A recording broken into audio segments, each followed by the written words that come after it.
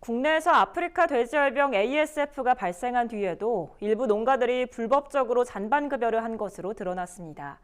또 기존 잔반급여 농가들은 잔반급여 재개를 요구하며 돼지를 거리에 풀어놓는 등 ASF를 확산시킬 수 있는 위험천만한 일까지 벌였습니다.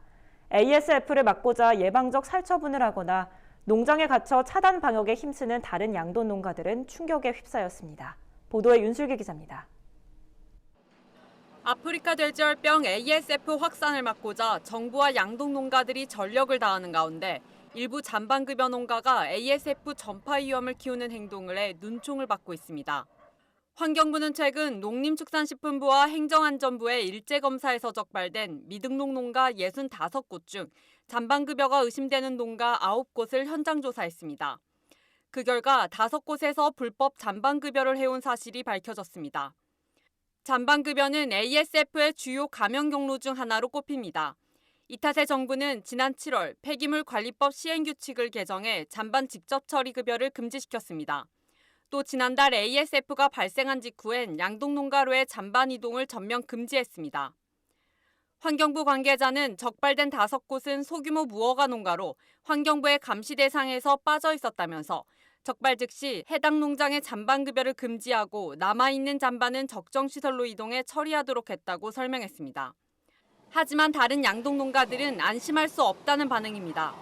최근 경남 김해 지역을 비롯해 전국 여러 곳에서 잔반을 불법으로 유통하고 있다는 제보가 끊이지 않고 있어서입니다. 이 탓에 일반 양동 농가들은 잔반 처리 업체나 잔반 농장에 대한 감시를 강화해야 한다고 주장합니다. 하지만 주무부처인 환경부는 무허가로 돼지를 사육하며 잔반급여를 하는 농가를 환경부가 찾아낼 권한도 없고 인력도 부족하다면서 환경부에 등록된 227농가에 대해선 철저한 관리가 이뤄지고 있으며 불법 잔반 유통과 관련한 제보를 받으면 확인하고 있다는 입장만 내놓고 있을 뿐입니다. 설상가상 잔반급여를 해오던 농가들마저 잔반급여 금지를 해제해달라고 주장하고 나서 상황이 더 복잡해졌습니다. 이들은 ASF가 발생한 뒤 잔반 사료보다 값이 2배 이상 비싼 배합 사료를 쓰면서 폐업 위기에 내몰리고 있다고 주장합니다. 급기야 최근엔 정부 세종청사 앞에서 시위를 하던 도중 돼지를 길거리에 풀어놓는 위험 행동까지 벌였습니다. 이런 모습을 지켜보던 일반 양동 농가들은 ASF가 더 확산되지 않을까 불안할 뿐입니다. 정부가 아무리 수매나 살처분 등의 고강도 조치를 취해도 잔반급여가 계속되는 한 ASF 방역에 구멍이 생기기 때문입니다. 농식품부는 ASF 전파 위험성 때문에 잔반 사료 이용 금지 조치는 계속 유지하겠다는 입장입니다. 다만 잔반급여 농가에게 사료 구입비를 지원하는 방안을 검토할 방침입니다.